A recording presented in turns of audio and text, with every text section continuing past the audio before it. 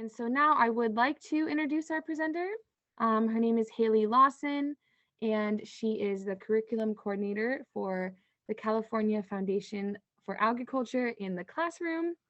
And her presentation today will be from start to finish, producing, preparing, and preserving California specialty crops in the classroom. So for now, I'm going to go ahead and give it to her.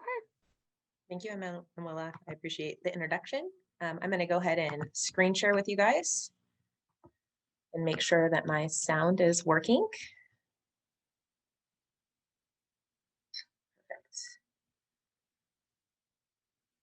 Okay, so as it was introduced, the workshop today will be about from start to finish, producing, preparing, and preserving California specialty crops in the classroom.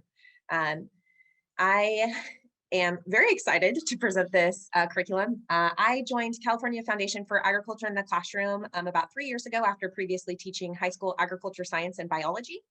And this was actually one of my first curriculum projects. And I was telling the wonderful colleagues here about the development of this curriculum piece. It's actually written and developed by agriculture experts and teachers, and it's evaluated by educators as well. So we work with a group of 12 educators that are randomly selected through an interview process to evaluate our curriculum and provide feedback, as well as test trial everything. After all the feedback is received, we actually implement it again. It goes through test trial again, and we go through production. So we are very excited to be showcasing some of our pride and joy today with you guys all. That is available free, and I'll show you guys how to find that later today. So this lesson itself is geared and standardized for grades 5 through 8 to teach students, again, all about producing, preparing, and preserving the California agriculture commodities, while we make sure that they're fostering an appreciation as well for the fruits and vegetables as they start in the fields and finish at their tables. As I said before, this unit is aligned to California state standards, including California Common Core, as well as the Next Generation Science Standards. All of your standards are in here, so you don't have to worry about trying to standardize anything. And here is our beautiful cover. This does go through 3 different units, like I said previously. So the first one actually illustrates and goes through the production process of green beans, or green snap beans, as they're also called in the agriculture industry. And they start actually with a student guidebook. So there is a teacher guide as well as a student guide that comes with these. And the teacher guide obviously has all of the wonderful resources for you, but the student guide will have worksheets like this. And it gives the students an opportunity to learn more by reading, as well as providing you worksheets for the students to make sure that they are also comprehending all of the materials about the importance of preserving California specialty crops with green beans. So this first lesson with green beans, you are actually given a scientific experiment.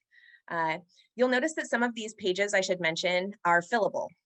We have created, since distance learning, this was previously just a hard copy teacher's workbook and student workbook, and we've actually created a distance learning or e-learning resource as well. So all of these worksheets can be downloaded from our website, and I'll show you where to go to find that, as well as Teachers Pay Teachers.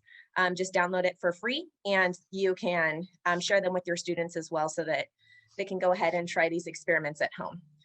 The first one with the green beans is keeping it snappy, where students will actually do a scientific experiment about preserving green beans. We had a wonderful teacher named Mark actually try this experiment out with his students, and they ended up testing all of them as well. I will say most students still like fresh green beans versus some of the preserved green beans. But it is a great experiment for them to go through the entire scientific process while still giving them a realistic example so that they can go back to, and they can also recreate at home with their friends and family as well. The second part of the Get Growing lesson plan is actually an engineering STEM lesson plan, where we actually provide you with the seeds to use with your classroom. So when you order a class set, we actually provide you with the seeds for all 3 lessons as well. And this one is about designing a green bean planter. This is phenomenal. I just have to say phenomenal to do with adults. So if you're thinking about doing this with your colleagues, it's very entertaining, as well as with students of all grade levels. We did this with 5th through 8th grade students, as it says, but as well as adults at the National Ag in the Classroom Conference, and then our annual conference for California that rotates in location. And some of the intricate designs with controlled variables that you give teachers and students, they come up with quite a few different ideas, giving them the limitations and the background information of what a green bean planter does entail. We provide you guys with a list of materials as a suggestion. I personally made one out of toilet paper, cups, newspaper, and rubber bands to drop my seeds evenly. So I'm going to go ahead and go to the next page. It also goes through some of just the simple machines so that you can go back and or set the preset for your students of some simple machines to just even get some of those gears turning of ways that the green bean planter can work. We do provide some constraints for you that the seed must be dropped by the machine. It does have to be dropped in intervals as it would within the fields, as well as that one simple machine must be employed. So it needs to actually move itself, and that they may actually use and that they can only use the materials provided by the class. We had 2 examples that we're going to share with you. One is just photos and one is an actual video of some of the students building their wonderful green bean planters, and you are going to be able to see some of the creative ideas. So I'm going to go ahead and show that to you really quick. Here's another, just the rest of the procedures so that you guys have a chance to look at it. I will say there's also a math challenge too. So we're trying to make sure that we're covering all categories.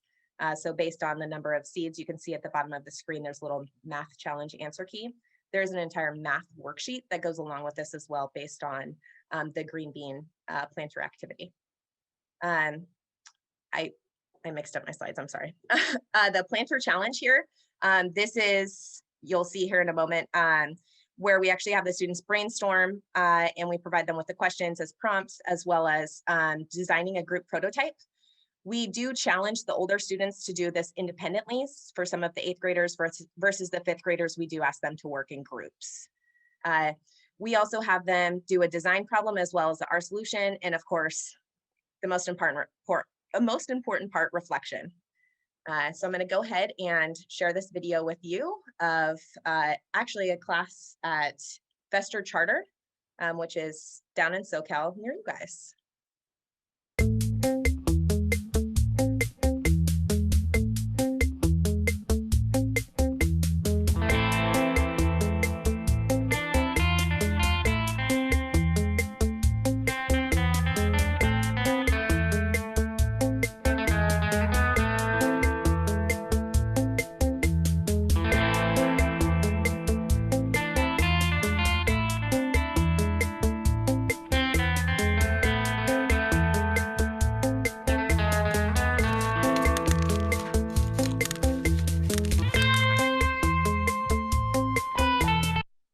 Don't worry, we'll get to that one next. And then here is another example of some students that took it above and beyond. My favorite is actually the middle box. A student wanted to bring in extra materials. And this was actually done, I will say, with a mixture of a SPED class that was mixed half SPED, half non-SPED. And so they spent a little bit extra time doing the evaluation. But I tell you what, some of those photos that you get, like the cereal box, this gal, she really wanted to use her box of cereal. And so the teacher, Kathy, that I was working with, she goes, "Can we add extra materials?" And I said, "Of course, this is within your own constraint. You can modify as you please."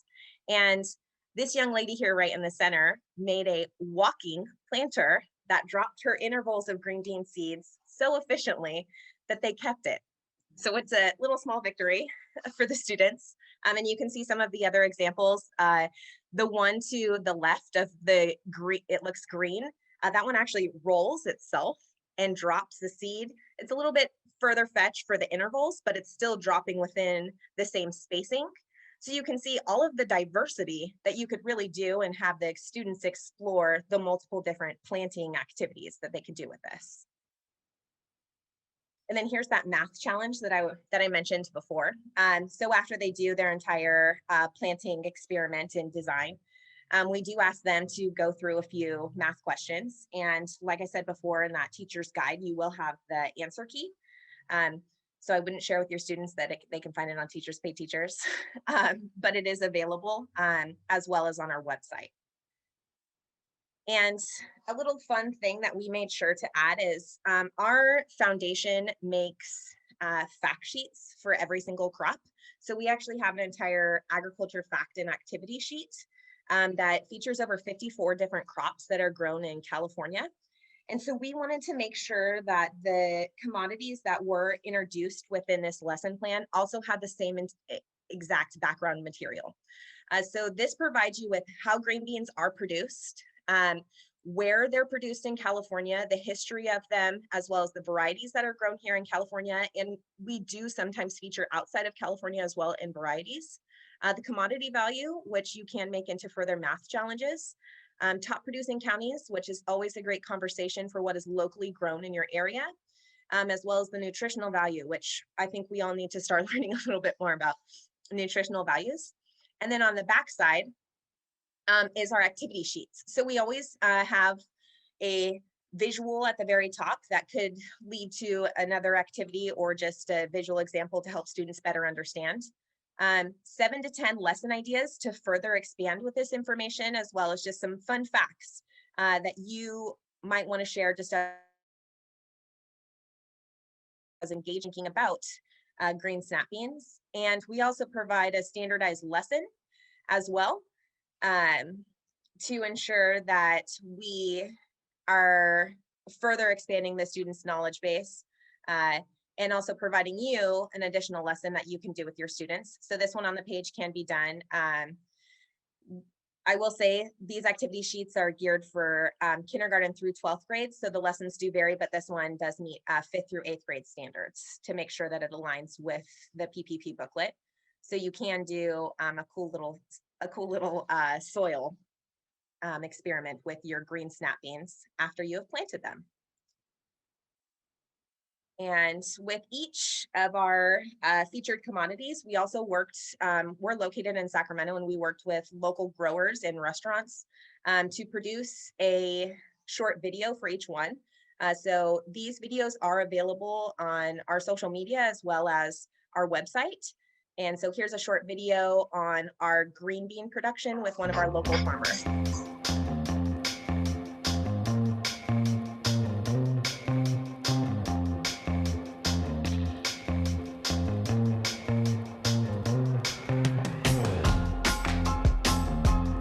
Green beans are often called snap beans. In order to ensure the freshness of the bean and the way that you cook them, you usually snap the bean, and as long as it snaps and there's gel in there, then I think that's where the term snap bean came from. I'm a third-generation farmer. I have 2 children that are following in my footsteps, who are both working for us now, and also a nephew. We grow about 100 acres of green beans, and that equates to approximately 1 million pounds of beans. We plant 5 acres of beans weekly. We harvest 1 acre each day.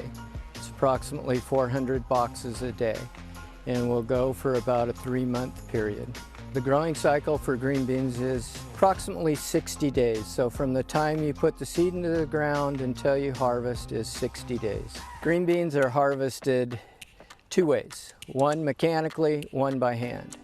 All of our beans are harvested by hand. We feel that we have better quality and longer shelf life. This is our hand crew, and they're harvesting beans right now. The quality is very nice of the beans. They pick into a 30-pound box, and then we take them to the shed where they are cooled and sent to market. In California, we have one option, and that is fresh market for all of our beans that we grow. There are other states such as New York, Wisconsin, where they have the option for canning and frozen. We do all our own sales. We not only go to farmers markets, we sell directly to chain stores. We sell to wholesale distributors who take them to restaurants. Once harvested and cooled, these beans could be shipped to the store this afternoon and on your dinner plate tonight. So as you can see, this is just actually the shortened version of the video, and it's quite long, but there is an extended version for you to share in your classroom, either as an introduction to the crop or middle of the way, however you see fit. But we do encourage you all to use the resources that are available. There's also teacher videos as well. And if you notice, that student at the very end is actually a local student from the Elk Grove School District that had been, her mom was helping us out, and she was like, "Oh, I'd love to be in the video. Do you need help picking produce?" "Yeah, sure, no problem. Let's get you in there." And she actually was one of the students that got to test trial the curriculum as well. So it became a full circle project for her, which was quite the experience. And we're very happy that we had her to be part of that. And I hope that she always remembers that. And she has video documentation of it as well. Great encouragement to make sure to document your students' process also, because you can grow green beans with them. The second lesson that we're going to go ahead and go into is actually herbs. And herbs are in everything. And my favorite question to always ask the students is, "Do you guys know what herbs is?" And they all kind of go like this. And I'm like, "Do you guys use spices? Do you have spices in your cabinet in the kitchen?" And a lot of the time they're like, "Oh yeah, we use spices." And it's that connection for them. And they're proud that they have spices at home. And in the Sacramento area, we focus mainly on 3 herb productions, that being basil, oregano. Oh my gosh, what's the third one, Haley? And cilantro. There we go. And so we actually worked with a local chef and a local herb grower to develop this part. And so we, of course, first have that English element again. So where they're reading that introduction to make that ELL connection. The question sheet again, so you can see the pattern here to make sure that the students are getting in the groove of things. And with the herbs, we actually do a taste testing, which is quite fun. We ask that you guys actually grow your own herbs, which again, we supply you with herbs. And it comes with all 3 of the seeds so that you can grow them and have your students have that experience of growing their own crop, as well as trying them out fresh. And then you can have the experience of drying them with your students as well, so that they can do the observation as well as the taste test of fresh versus dried. So you will have to purchase sampling cups, like little Dixie cups for this experiment, or we always like to just go to Smart and Final and get the salad dressing little cups because they're way cheaper than Dixie cups. Just fun fact for you, save a little dollar to test trial with the students. And so with this one, we do provide a little bit more of the background of where herbs and spices were originally from and some of the traditional dishes that they are found in. And we do incorporate, I'm going to skip forward here just for a second. One of my favorite parts about this is that it actually connects to world geography of where some of these spices are coming from. And it also relates it back to simply the pizza sauce that your oregano is going in and your basil is going in, as well as they even touch on pho, which not many people in California have experienced unless you live down in Southern California or in inner city of Northern California. So it was a fun experiment to get the students to also try pho. So we do provide you an herb observation rubric, and we ask them that they go through some of their senses. So we ask them to visually sketch it. What are they seeing? What texture do they feel? What does it taste like? And then they're also rating it. I will say that you can build off of this activity through our What's Growing On, which is a student newspaper that's geared for, or standardized for 3rd through 8th grade students. I used it with my high school students sometimes. Phenomenal. There is a lesson that, let me find the page for you. It's called Let's Make Your Food Super Tasty. And it actually on the very bottom has an entire science experiment for you and your students to build upon the cilantro. Because believe it or not, and you guys can feel free to write in the chat box on this. Did you know that some people, when they actually bite into cilantro, they taste soap? We did not know this. I'm personally not a super taster. Some of you probably are. And that is because you actually have more taste buds and yours are actually more active, and it goes through all of the scientific terminology and everything in the newspaper. And so you can actually do a taste test and you use the paper protector dots or just a simple punch out of a piece of paper to have your students actually count the amount of taste buds that they have as well on their tongue. And that actually will help them determine whether or not they're a super taster as well. So you can expand on this activity also. And here's just a little picture of Mark's class taking or doing their taste test. They were doing fresh and dried, and they were also, what was quite comical about this is a lot of the kids didn't want to smell the ground stuff. They really were excited to smell all of the fresh stuff. It was nice. And then they would stick their nose inside of that little cup, and you would see the reactions go, yeah, I'm not comfortable with this. The fresh herbs, yes, let's do it. So while you're doing this, keep an open mind to what students will and will not react to, because it is quite the experience for them, considering some of them have probably never seen fresh herbs, or some of them have only seen the dry herbs. So it's really a mixed little bag. We do ask you that if you are drying, to go ahead and use the savory sum, because you can weigh the herbs before as well as after, which is a great experiment for them to also do conversions in math. And you can also have them do a little pricing as well to figure out how much they're paying per ounce or per gram of the spices. And here's the second page to the savory sum to just go ahead and further expand on the 3 herbs. And then this is where I was telling you that it will go into further English, and I jumped forward previously to where it will tie to where it will tie to some geography standards to make sure that we're finding out originally where those 3 herbs actually came from. And here is the herb video. And like I did before, I'll only show a minute or 2 of this, but there is the long version on our website for you guys to use to show your students.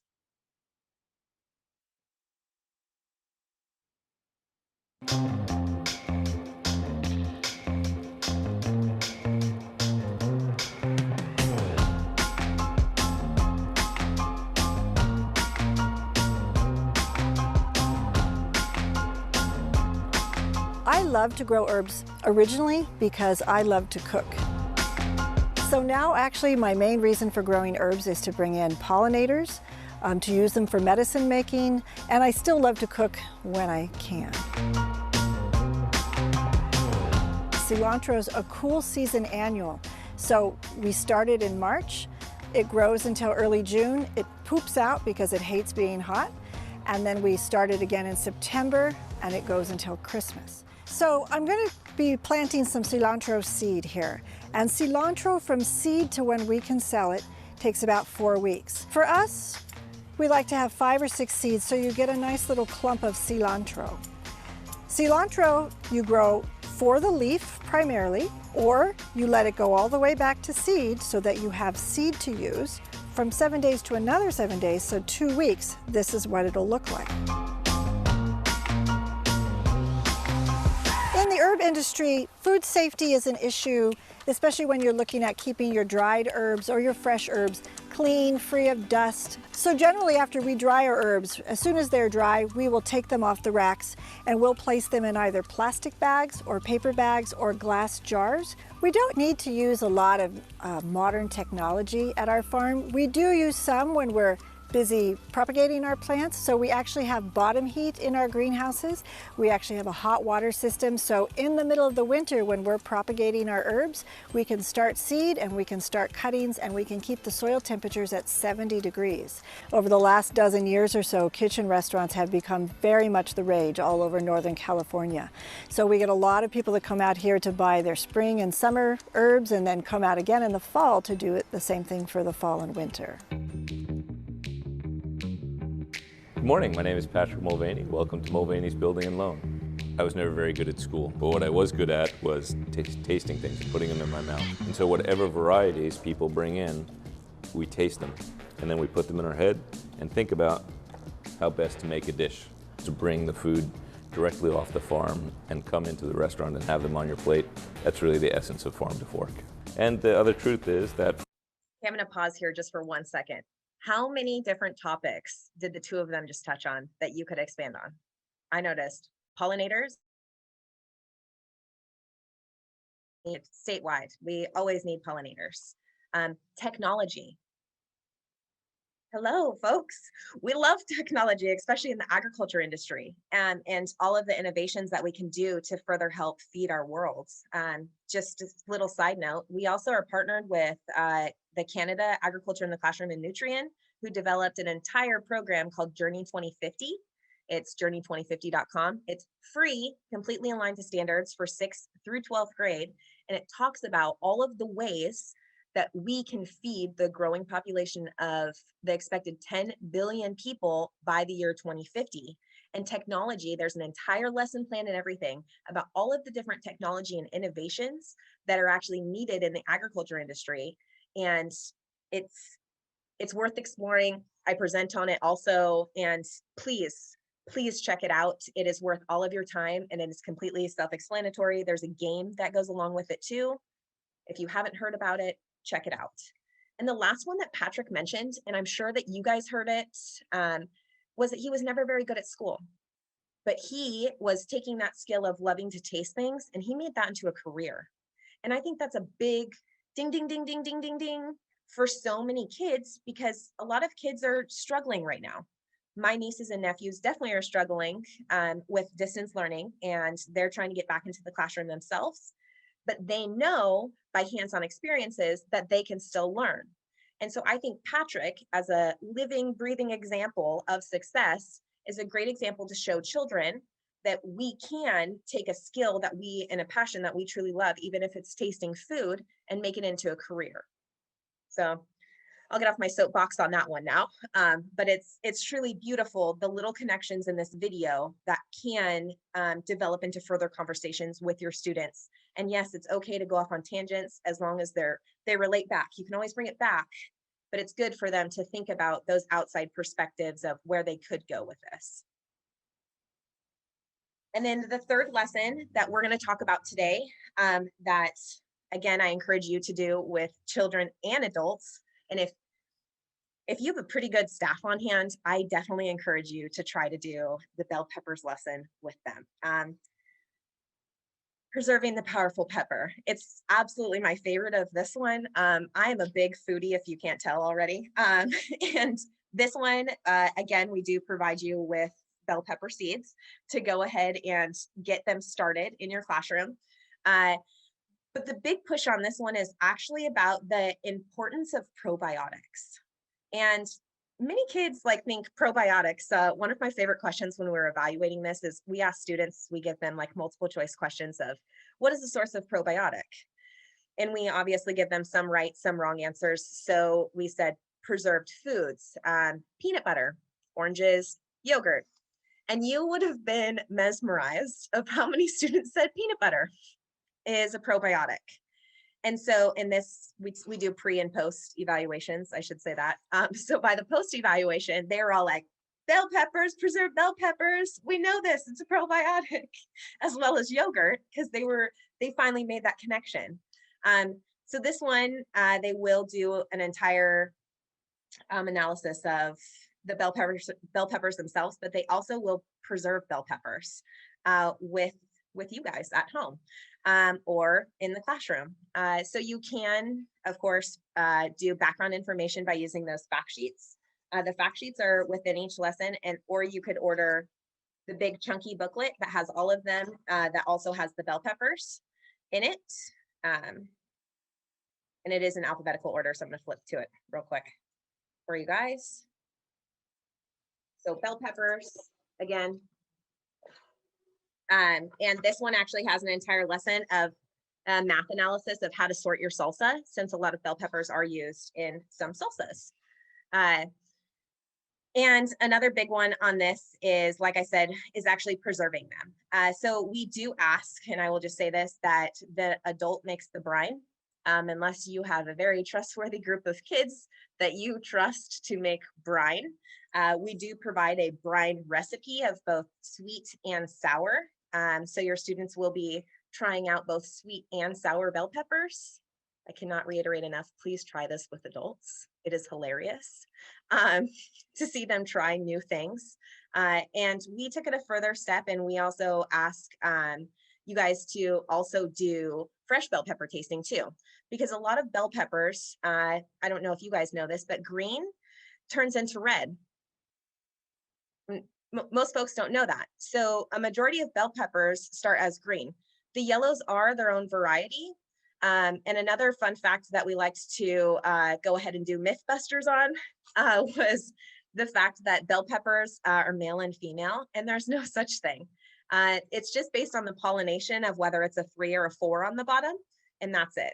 So the fact that you see floating around the internet about it being male or female, we made sure was kiboshed by our bell pepper grower to make sure that students are getting factual information.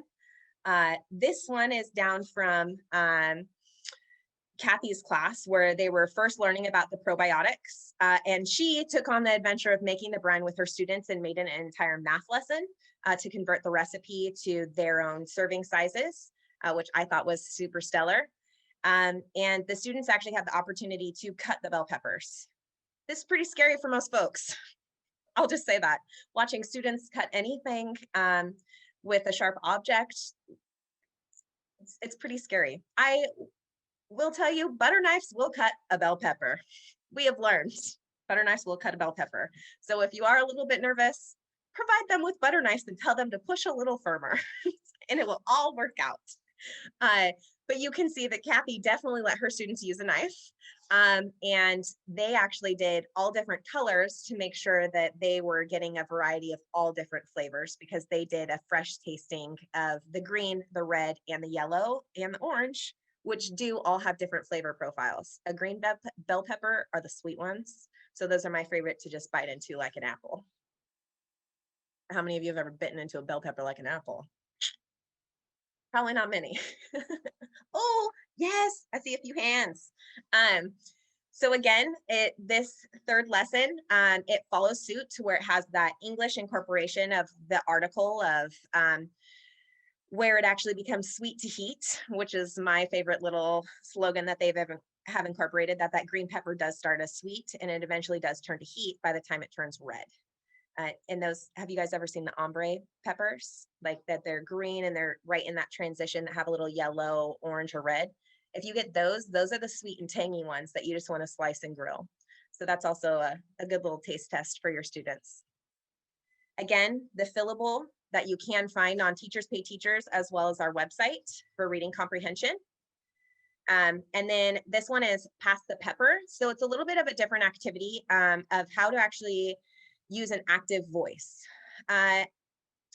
Even with dealing with high school students, they don't know what active voices are, or it's a distant memory for them.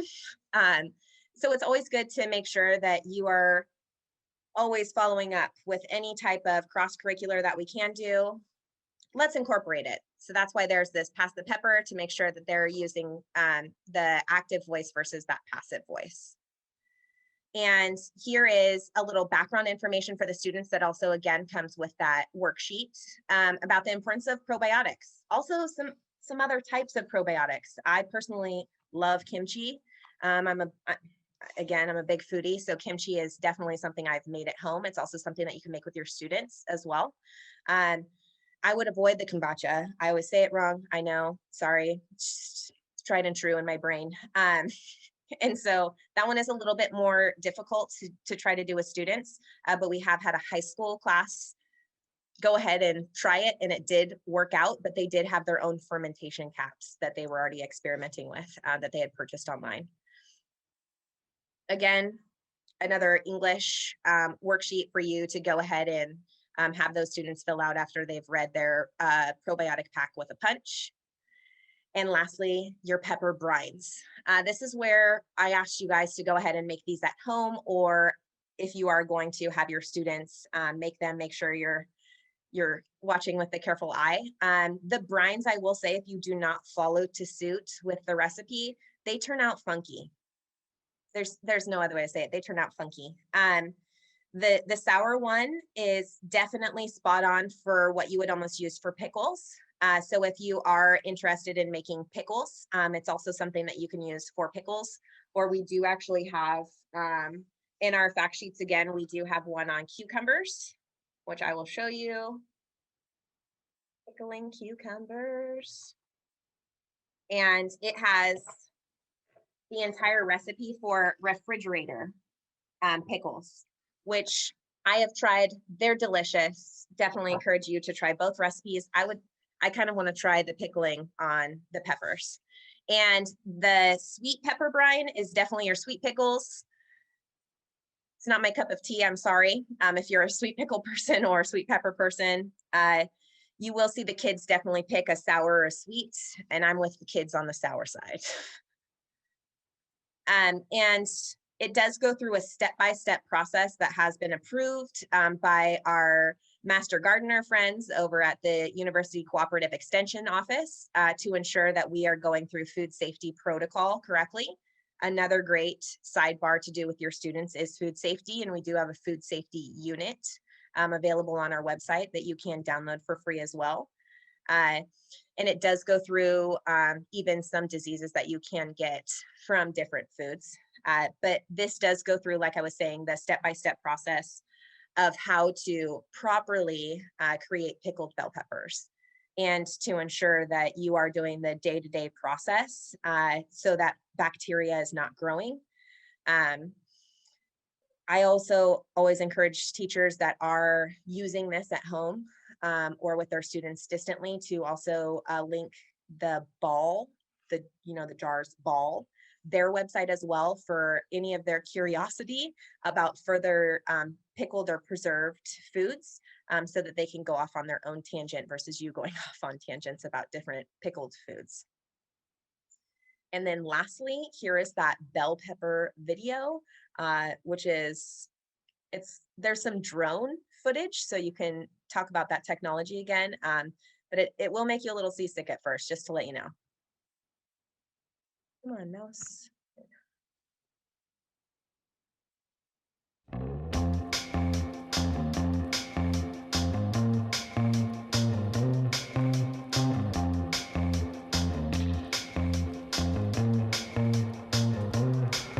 There's nothing better than walking in on some red bell peppers late in the season in about September on a warm day, and that smell will knock your socks off.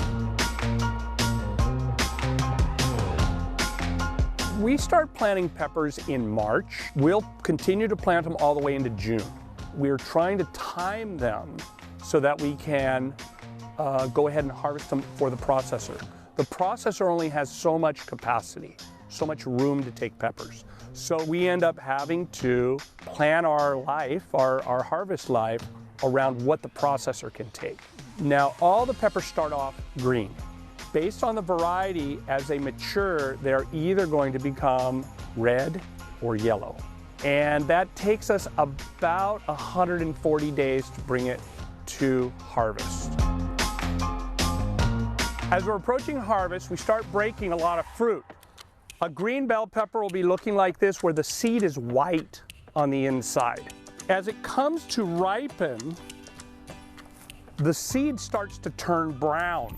These peppers that I'm holding in my hands right here would actually be termed striping at this point. And there's nothing wrong with this pepper, it's just in between. It's not quite as sweet as it would be once it was red, but it's a perfectly good pepper.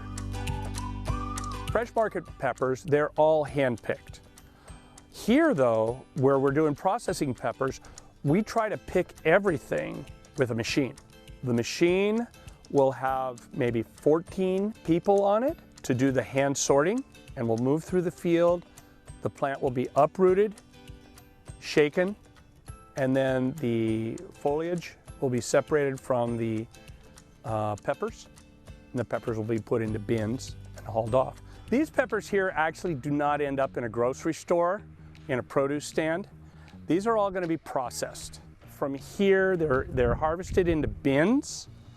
The truck takes them down to Escalon, so it's got about an hour and a half to 2-hour drive. And at that point, they're blanched. They're dumped out, they're put in scalding water, and then from there, they're flash frozen. Our machine here picks about 3 loads a day. We have 2 machines, so we can deliver 6, maybe 7 loads a day. That load goes down to the processor, and it will be into their scalding tank, hopefully within 12 hours, which is the whole idea when you're using processed foods, is that you're picking them at peak ripeness and getting them preserved, as opposed to a lot of the stuff that you might get at a produce stand where it's been picked maybe 5 to 7 days previously.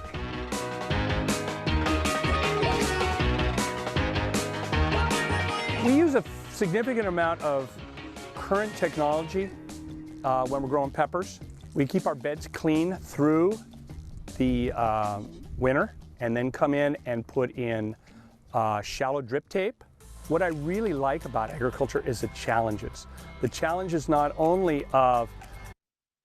So I want to point out one little mention. Did anyone see all the peppers that are still left on the ground? Like just thumbs up or head nods. Did you even notice? Like there's quite a few.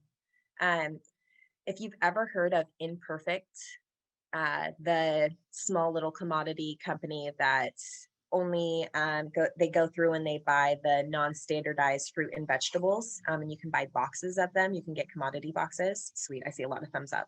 Excellent. That's what those peppers could go to.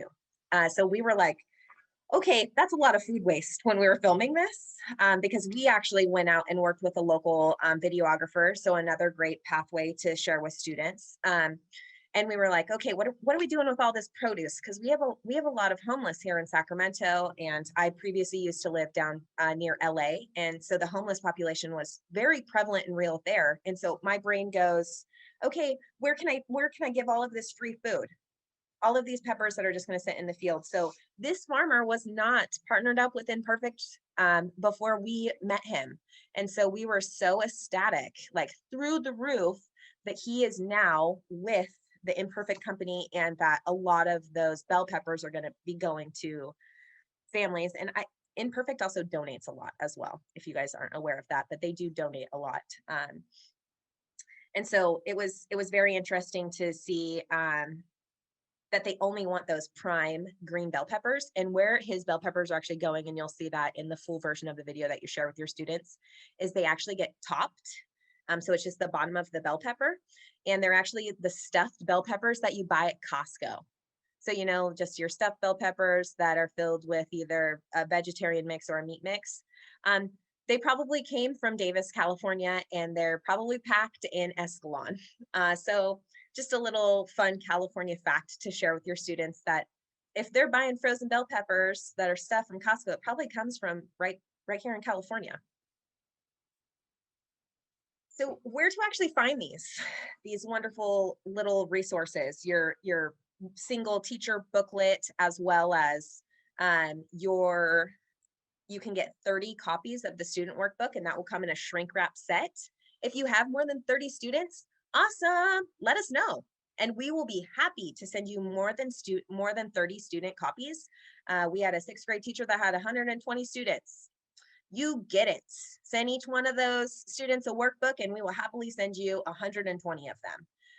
All that we ask you to say on your order form is that you have more than one class, and that's okay with us. All of our resources are free. So if you just visit the learnaboutag.org website and you click the free resources button on the top right-hand side of the screen, you can self-explore.